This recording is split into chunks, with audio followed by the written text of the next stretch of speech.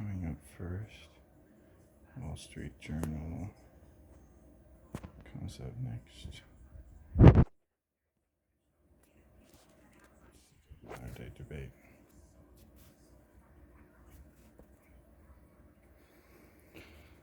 Is religion harmful to society? 3 hours ago, 1.9 thousand views. 3 hours ago is impressive. 1.9 thousand views, much less so. We have lives scheduled. That's pretty cool. But is that just clutter or is that real? Maybe that's real. Yeah, it looks real. Wow. Impressive. Very impressive.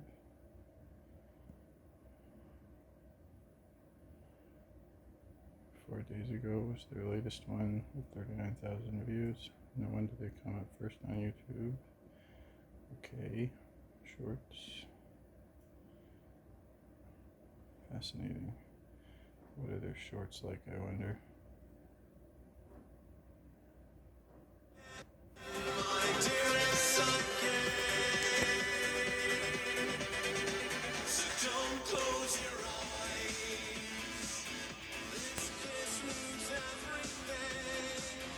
It's just a hype card. I guess I kind of dig it.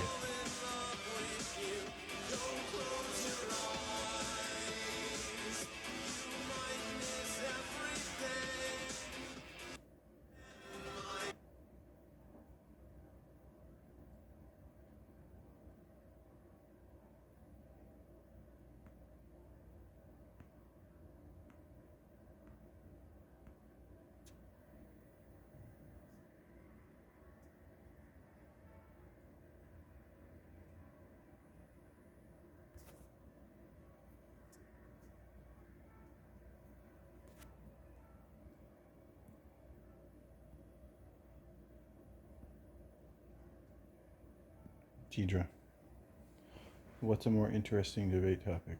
Whether or not OnlyFans is harmful to society, or whether or not religion is harmful to society? Religion or what? Or OnlyFans? It's two separate debate topics. Not a debate about which one of them is worse. I just want to know which debate is more interesting. Who thinks, how many more people think that religion is worse versus OnlyFans? The one that more people are wrong about is more interesting. Which one do you think that is? What do you think, in your opinion? If you would think about it.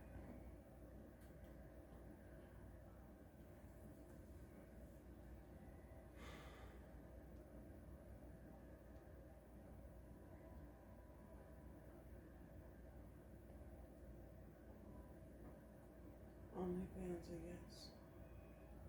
It's a hard decision, right?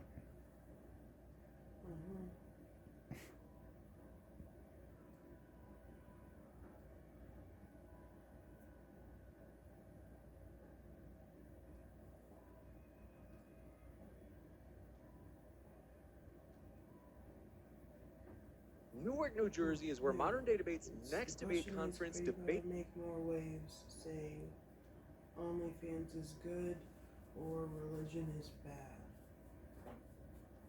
And well, religion isn't even bad. It's just, it's just being done in a bad way. The approach you will have to take. That's the direction you will be coming from when you would talk about religion. It's actually the same direction for either conversation, because it's the same with OnlyFans. You're saying inherently good, but obviously it's being used for all sorts of bad, wrong shit. Yeah, but the people in general condemn OnlyFans a shit ton already. So But aren't we on the other side of that debate, like defending the concept of it? Yes, that's why I said that you would be out there saying OnlyFans is good and religion is bad. That would be No, I would be out there saying OnlyFans is good and religion is good, but they're both causing harms in the way that they're being done.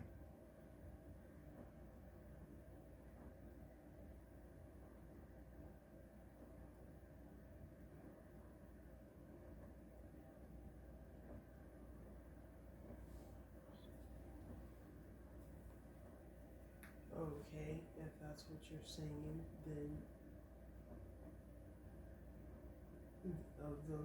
of those two stances, the one that's more interesting is the one about OnlyFans. Okay. Since you're not gonna go as far as saying religion is bad. Well, almost all the religions that have been produced so far are bad, and all of them have bad aspects to them. But religion as a concept is a pretty fucking great thing.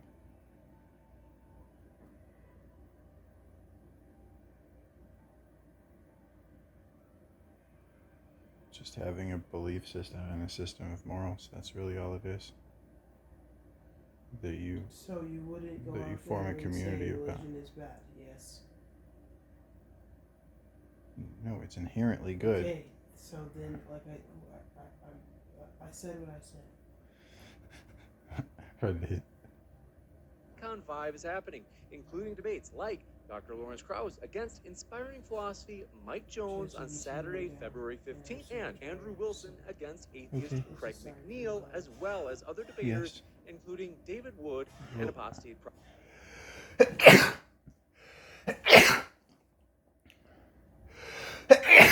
You can go ahead of me. I'm just gonna finish up here and then come down.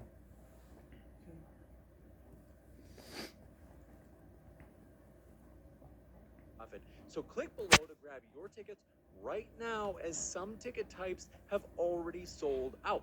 You don't want to miss out on this cultural moment that's starting Saturday, February 15th in Newark, New Jersey, with 2 full days of debates. So click below to grab your tickets right now so you don't miss out. Hey everybody, today we're debating whether or not OnlyFans empowers women, and we are starting right now. When I wanted to do my policy segment, I couldn't use ChatGPT to look up a list of top policy debates in the United States, so I had to Google it. Why couldn't you use ChatGPT? It was down back then. Oh yeah, I did say they were down the other day. No, it was only a few minutes ago, but still. A few minutes ago. Yeah, it's been doing this since for about 7 minutes. So. Yeah. Yeah, I was wanting him to create an educational document on some shit called Truthy Falsy that they do in JavaScript, and I was taught it in my boot camp, but I don't remember it very well at all. So I wanted like a reference document for the concept itself and what it is and stuff. Right. Because I'm about to do like 20 practice problems on it. So, that makes sense.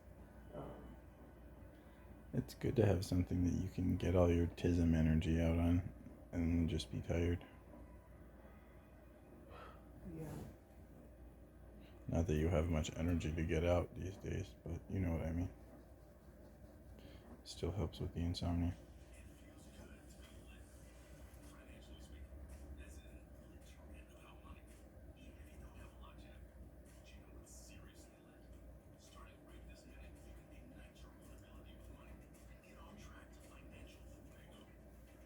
Diddley's opening statement. Thanks for being with us. Diddley, the floor is all yours. Thank you, James. Hi, I'm Diddley. I'm a full-time YouTuber and Twitch streamer, and I also do OnlyFans, which is fantastic because today's topic is, does OnlyFans empower women? And since I'm the only woman in the room who does OnlyFans, I can tell you that I do feel empowered by doing it. Empowerment is all about autonomy, and we can delve a little more deeply into the ways that this kind of work can be empowering. Financial empowerment obviously being the first thing that comes to people's mind, but also regarding sexual agency, taking ownership of my work and content, having complete creative freedom. I personally wouldn't feel empowered making red pill content online, but maybe Rachel does, and that's fine, because you know, that aligns with her values, whatever. She gets to create her own hours and be flexible, so she can attend all sorts of debates and podcasts like this, while she stays home with her family. It's not nice. I'm never going to tell her that she can't possibly be empowered by that simply because, red pill kind of conflicts with my own personal values and beliefs. My job isn't for everyone, obviously. And I'm not going to argue that every woman is going to find it empowering, but hopefully me being here, I can offer some perspective as to why that is the case for me. So yeah, let's get into it. Thank you very much for that opening. If it's your first time here, folks, I'm your host, Dr. James Coons. I want to say, hope you feel welcome, no matter what walk of life you're from.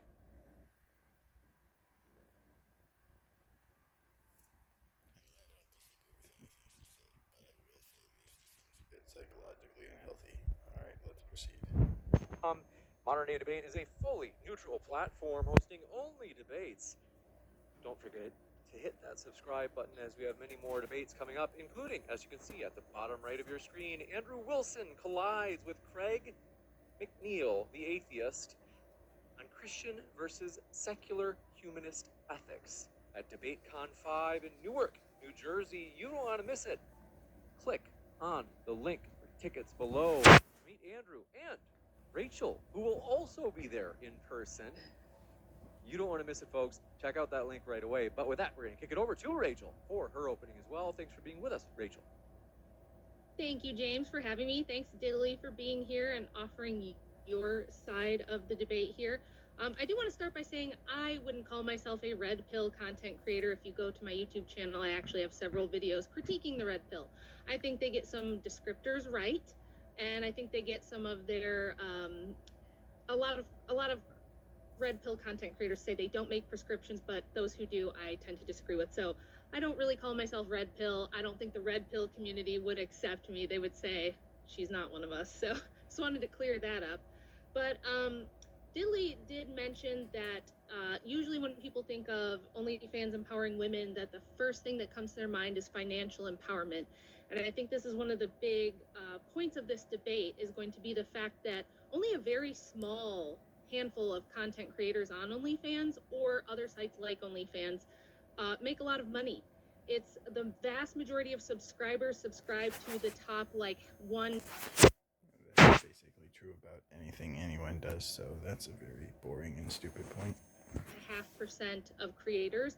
The vast majority of women on the platform do not make anything close to a living wage doing OnlyFans. For example, the average is somewhere between $130 to $160 a month that these girls are making, roughly 2,000 USD a year. If you ask me, that's a very, very small amount. You can't even pay like a car payment. You might be lucky to pay your phone bill. And to have pictures of you or videos of you naked, engaged in sexual activity for that much money, I would not consider empowering. And there's a lot of things that people might not realize. That's another terrible point. Pretty bad faith. It's an extension of her previous terrible point, so I won't bother explaining it because it's the same logic. OnlyFans. For example, I think Diddley's argument is probably going to be, she said autonomy, bodily autonomy, the having control over your content and your full creative power. All sounds very good. And we've heard this argument from a lot of libertarian types when it comes to even things like drugs, where if we just make things safe and we destigmatize it, that it's going to really get rid of a lot of the downsides of certain behaviors. And good God, what a horrible conservative woman. I hate that she's one of the good guys on my team. What we're finding as we do this in societies around the world is that it's not panning out how we thought. For example, we have higher STDs than we've ever had before. 2021 was the highest STD rates that we've ever had recorded historically. And the CDC and the World Health Organization both say that's not just because we're detecting or testing more, but it is because there are more transmissions of STIs. So the whole sex education, tell everybody to use condoms, destigmatize sexual behavior is not helping with that.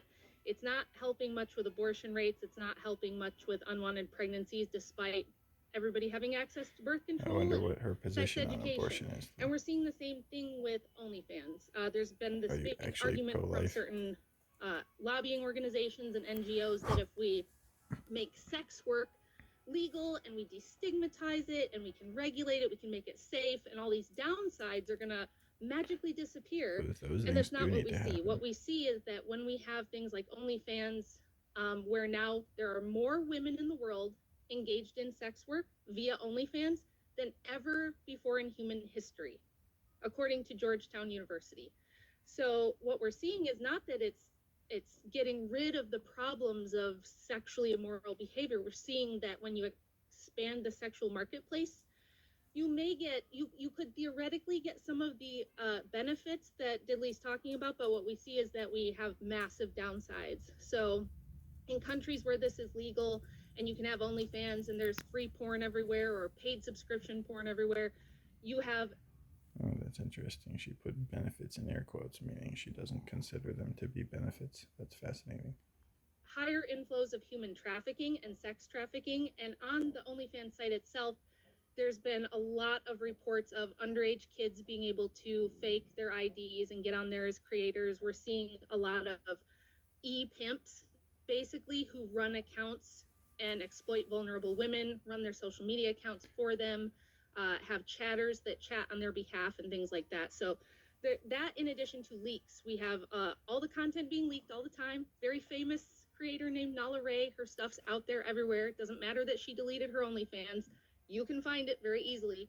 So this is a lifetime decision that girls are making at 18 years old, when a lot of them are still in high The amount of pleasure she took saying that just now was even more disgusting than any of the physical affects of the other girl when she spoke. school. There was one just on the Whatever podcast the other day who started her OnlyFans while she was still, yes, she was 18, but still a high school student. And this is there forever. The internet doesn't go away. These things don't go away. And I think it limits women's empowerment to make good choices for themselves further down the line. It's definitely So a we'll just huge start there. danger.